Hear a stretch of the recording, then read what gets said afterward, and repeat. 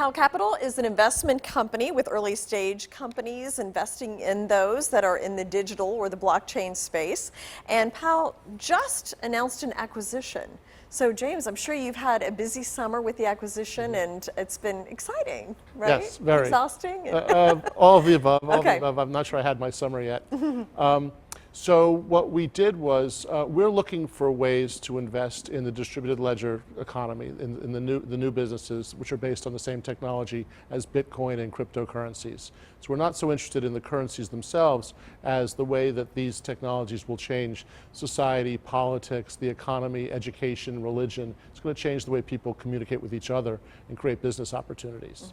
So we've been looking for a way to allow the retail investor and the institutional investors to participate in these assets, and it's been difficult because the way that the United States is regulating and the way that it's taxing these assets is unclear, and that uncertainty makes it hard for retail investors to access, and it makes it unattractive for institutional investors to take the risk because they're worried about significant problems down the road, so they'd rather just wait to see how the market matures. So what we've been doing is trying to find ways to create liquidity and access for institutions and individuals which are legal and which are direct and which are simple. So you can just go on a screen, press a button and buy, just like you do with a stock or a bond in the United States now. Because you might be able to, buy tokens or something in a company, but they're not liquid and sometimes they're not traded for a while. And so this makes it has more mass appeal. Well, not only mass appeal, but available, right? Right now, you need to understand what a token is, how do you hold a wallet, what's a private key, right? And while you're in this educational phase, that's a natural limitation on the size and depth of the market. Yeah.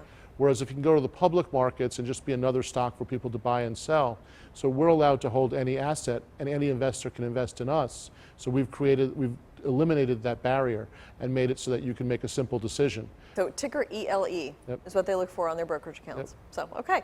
So since you're on the front lines of blockchain and crypto and DLT, I mean, what are you seeing right now? I know this is somewhat mature business, but it's still very new. Well, I would not characterize this as a new business, as a mature business. Okay. I would say that we are in the first half of the first inning. Okay. I think people, they think they threw the warm-up pitches. I think the first pitcher got in and threw out the kinks, and I think the second pitcher is about to come up to the mound. Well, that's a super exciting time to be involved. Yeah, which is why we're doing it, and I think it's the opportunity. It'd be a huge mistake for anyone to think that they missed it.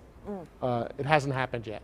So, what you need to look for is a broadening of the markets. Now, one thing that's very positive right now is that if you look at the adoption of the internet in the 90s, in the first 5 or 10 years, and you look at the adoption of blockchain technologies and distributed ledger technologies, you'd see that the blockchain technologies are being adopted faster than the internet was. So if you think the internet happened fast, then hold on to your seatbelt because the blockchain's coming. And you mentioned something early on about how this is going to change the way we live and religion and how we communicate. I mean, just give me how are we going to live in 50 years? So right now, most of the forms of communication that we have flow through other people. Through your lawyer, through your ISP, through your employer, through chat sites, which are centralizing information and communication. In the long run, and what this new technology is about, is peer-to-peer. So I can reach out to another person and do business with them, regardless of their race, color, creed, what country they were built in. You sometimes don't even know who it is. Well, and you don't really need to know who they are. So in the current system, we're told that you can't trust someone unless the system tells you how to trust them. So you need to go to the bank, and the bank will tell you what you can do. And when you try and take your money out, they'll tell you what the requirements are. And supposedly they're protecting you, but really what they're doing is making sure that you conform to their business model. And collect fees. And collect fees, exactly, exactly. So the same thing with the government and taxation, the same thing with governments telling you who you can talk to, or religion telling you who's your friend and who's not your friend. In the future, I think we'll start to make these decisions directly on a peer-to-peer basis. And technologies like blockchain and distributed ledger, they allow you to have truth without trusting.